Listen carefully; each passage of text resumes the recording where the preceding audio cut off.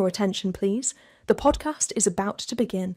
Please silence your notifications, close other applications, and direct your full attention to the stage.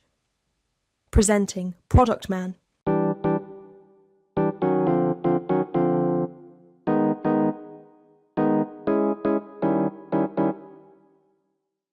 Hi, I'm Eunice. Welcome to episode 4 of the Productman podcast. Today, we are going to have a heart-to-heart. We are going to touch upon perhaps the biggest confusion in the industry, the gray area. The topic is, what are you really? Whenever I open LinkedIn, I get confused. I am sure you do too. I see a job posting. The title is huge. Product Manager. Great. I start reading the description. Must open tasks in Jira, close the sprint, run the daily stand-up. I look at another ad. It says Product Owner, but the description says must draw the company's 5-year vision, conduct market analysis. It is a complete soup of concepts. People even hesitate when writing their own titles. Am I a PM? Am I a PO? Or am I just someone who shifts boxes from left to right in Jira? In this episode, we are leaving those boring, memorized textbook definitions aside. I will explain this to you in the simplest way possible. So simple even my grandmother would understand, using a restaurant analogy. And most importantly, I will talk about my own career. From the days when I was discussing strategy with the CEO at a desk, only to find myself in a dusty warehouse moments later, to the features I developed that went straight to the trash, and the heated negotiations I had with my developer friends. If you are ready, put on your apron. We are entering the kitchen. Let's start.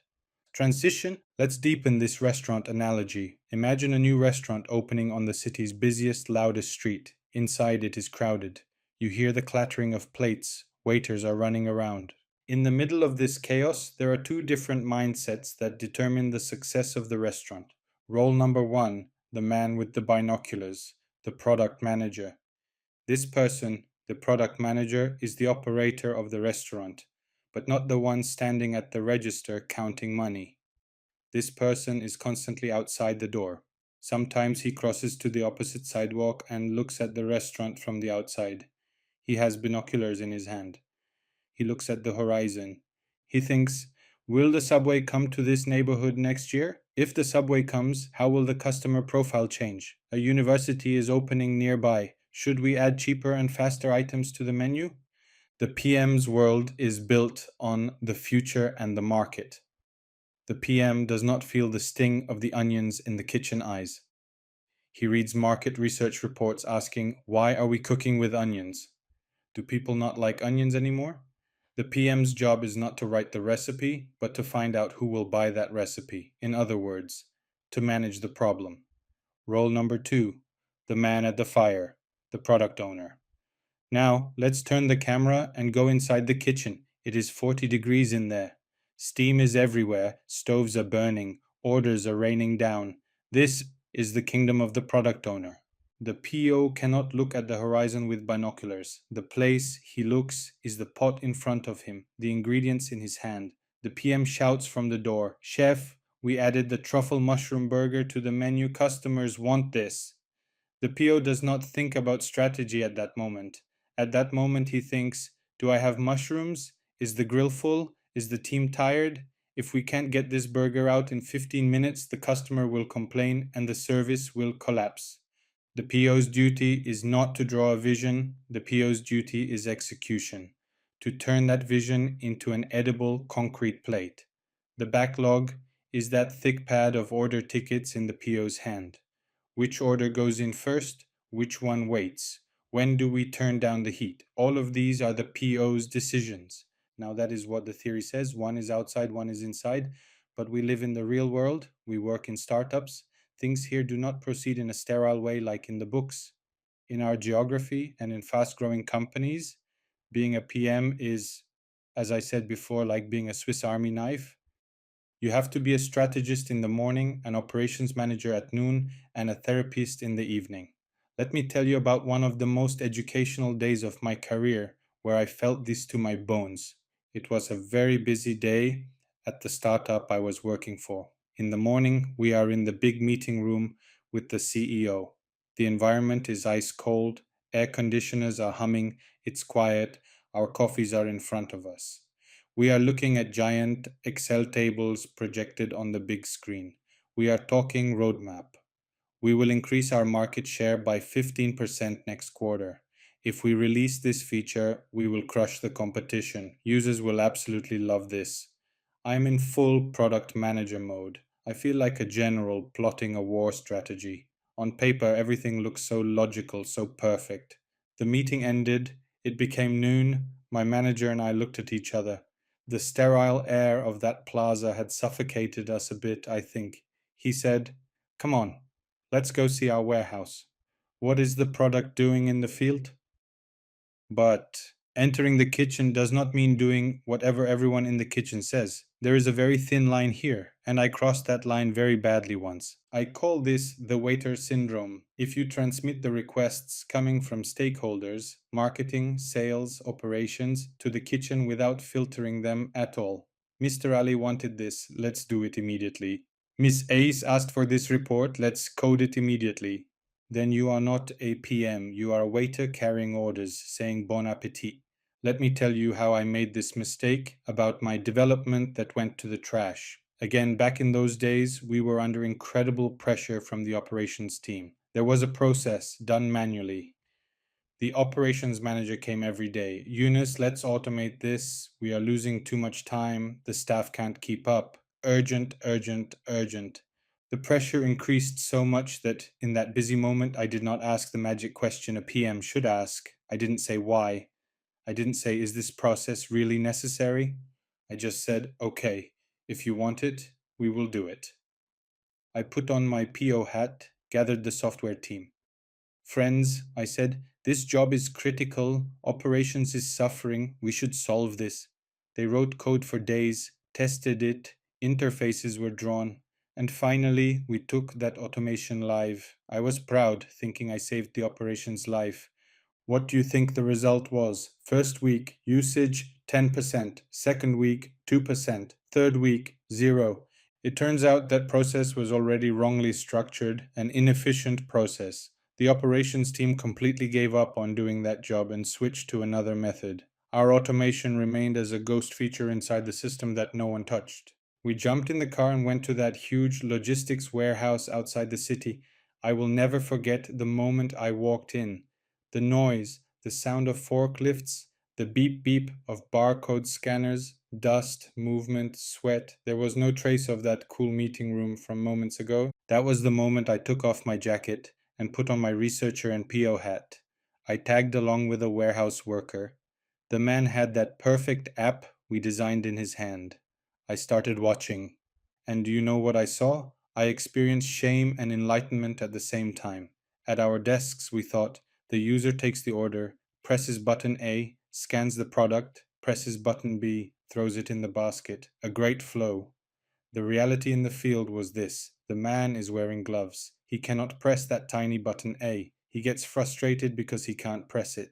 He found a loophole in the system. He handles the job we designed in 5 steps in just 2 steps. Using a hack method, he found himself by making strange transitions between menus. The button we argued about for months, asking should it be blue or green, the man doesn't even use it. I realized something at that moment. That 4-hour strategy meeting with the CEO was not as valuable as those 15 minutes I spent in that warehouse. We were building a product for an imaginary world. The man in the field was trying to survive. When I returned to the office that day, I threw many things in the roadmap into the trash. I said, first, we are going to make those buttons bigger. So, my friend, whether you are a PM or a PO, sometimes you need to get out of that comfort zone, enter the kitchen, and feel how hot the stove is. Otherwise, the product you make remains perfect only in your dream world. The hours spent on those codes, the effort of those developers, the company's money, it all went down the drain. Why? Because that day, I did not manage the problem. I took an order. If I had put on my PM hat and said, friends, instead of automating this process, maybe we should destroy this process completely, those resources would not have been wasted. And let's come to the most stressful, fiery part of the job: the tension inside the kitchen. Why do relationships between developers and PMs sometimes break down? Because our goals are different. As a PM, you want speed. You say, the market won't wait, the competitor released a feature, we must respond immediately. The developer wants quality. He says, this code must be clean, the system must be robust. Let me tell you about one of the moments I experienced this most harshly. There was a very critical feature we took live, but it wasn't working as we wanted in the production environment. Users were getting errors, the system was stalling, a total crisis moment. My phones wouldn't stop ringing. I needed to release a hotfix, an urgent patch, right that second. I needed to stop the bleeding. I entered the software team's room. I went to the lead developer friend. I was out of breath. My friend, I said, let's just slam an if else here. Let's close this check and move on. We'll look at it later. My friend turned to me, looked into my eyes, and said, no. Yunus, if we do this like this, the code will turn into spaghetti. We will create technical debt. Tomorrow or the next day, we won't be able to add anything new here. The system will collapse on us. I won't do it. Now think of the scene. On one side, the customer is screaming, the company is losing money. On the other side, the developer says, I won't compromise my principles, I won't pollute the system. This is where PMing ends and diplomacy begins. I realize that we are not at the same point, but I would never find that team behind me again. I took a deep breath and set up a negotiation table. I said, you are right. This solution I proposed is a disgusting solution.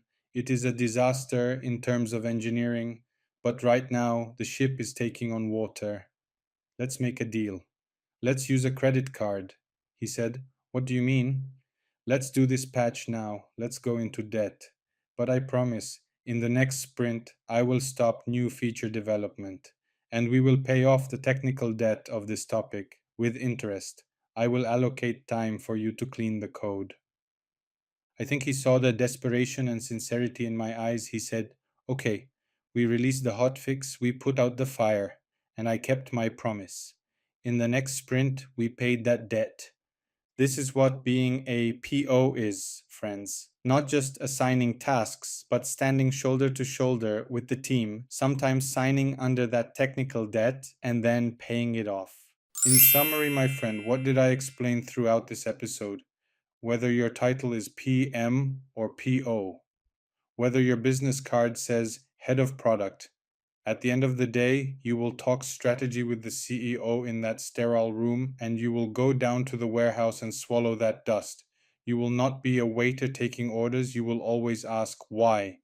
And instead of fighting with your team in the kitchen, you will make honest bargains with them. I hope this restaurant analogy and my war stories have helped put things in place in your mind. Now, if someone asks you what is the difference between PM and PO question mark, you can say, one designs the menu, one cooks the meal, but a good PM is the one who puts on the apron and stands at the stove when necessary. And let this be your next step.